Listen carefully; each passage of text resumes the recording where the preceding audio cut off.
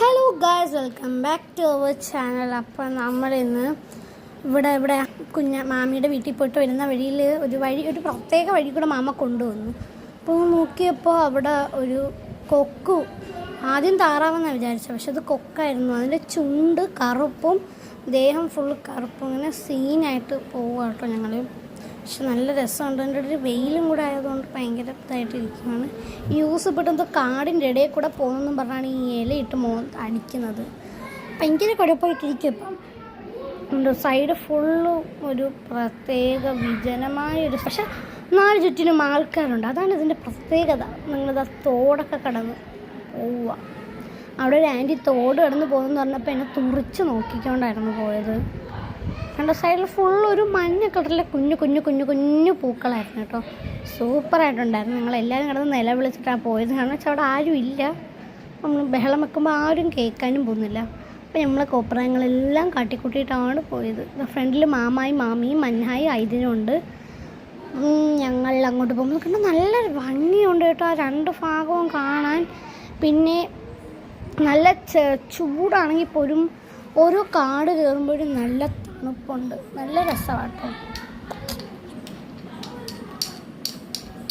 ഈ ശബ്ദം കേൾക്കുന്നത് എന്താണെന്നറിയാവോ? ഈ ഐതിലല്ല ഹാസിക്കാണിട്ട് അടിക്കുക കേട്ടോ. അതുകൊണ്ടാണ് ഈ ശബ്ദം കേൾക്കുന്നത്. പറഞ്ഞാൽ മനസ്സിലാക്കില്ല. ചക്കയൊക്കെ സൈഡിൽ താഴെ വീഴുന്നു.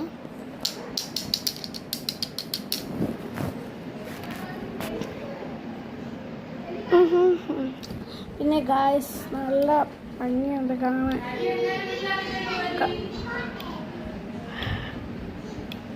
യൂസഫ് ഇന്നലെ വന്ന് വീണ് കൈയും കാലൊക്കെ മുറിഞ്ഞ്, അതുകൊണ്ട് അവൻ ഭയങ്കര മൂഡ് ഓഫിലാണ്. ഇനി ഇന്ന് ട്യൂഷന് പോകണം. അങ്ങനെ കുറേ പ്രശ്നങ്ങൾ. പിന്നെ ഗായ്സ് ഞാൻ ശനിയാഴ്ച ആണെങ്കിൽ ഒരു ഡാൻസ് ക്ലാസ്സിന് പോകുന്നുണ്ട് ഗായ്സ്. ഹലോ ഗായ്സ്, അപ്പം ഒരു എന്താ പറയണമെന്ന് എനിക്ക് അറിഞ്ഞൂടാ.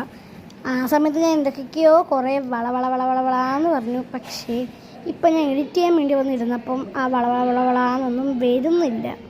ഞാൻ എന്താക്കാനാണ്? ഇപ്പോൾ മെയിൻ റോഡിലോട്ട് ഇറങ്ങി. ഇത് ഗൈസ്, ഇത് ഇറങ്ങുന്നത് മൈലാപ്പൂരാട്ടോ. ഞങ്ങൾ വിചാരിച്ചു ഞങ്ങളെ വസ്തുവിലേക്കൊന്ന് പോവാന്ന്. അവിടെ കിടന്ന് കാട്ടിക്കൂട്ടുന്നതൊക്കെ കാണണം. എൻ്റെ പൊന്നോ, എനിക്കിപ്പോഴും ഇതായിപ്പോയി. അവിടെ കിടന്ന് എന്തൊക്കെ ഞങ്ങൾ കാട്ടിക്കൂട്ടിയെന്തോ. നമ്മൾ അങ്ങോട്ട് പോവാം. ഇത് സ്ഥലം മൈലാപ്പൂർ ജംഗ്ഷനിൽ തന്നെയാണ് കേട്ടോ ഞങ്ങൾ വസ്തു വാങ്ങിയത്. അപ്പം ഇത് മൈലാപ്പൂർ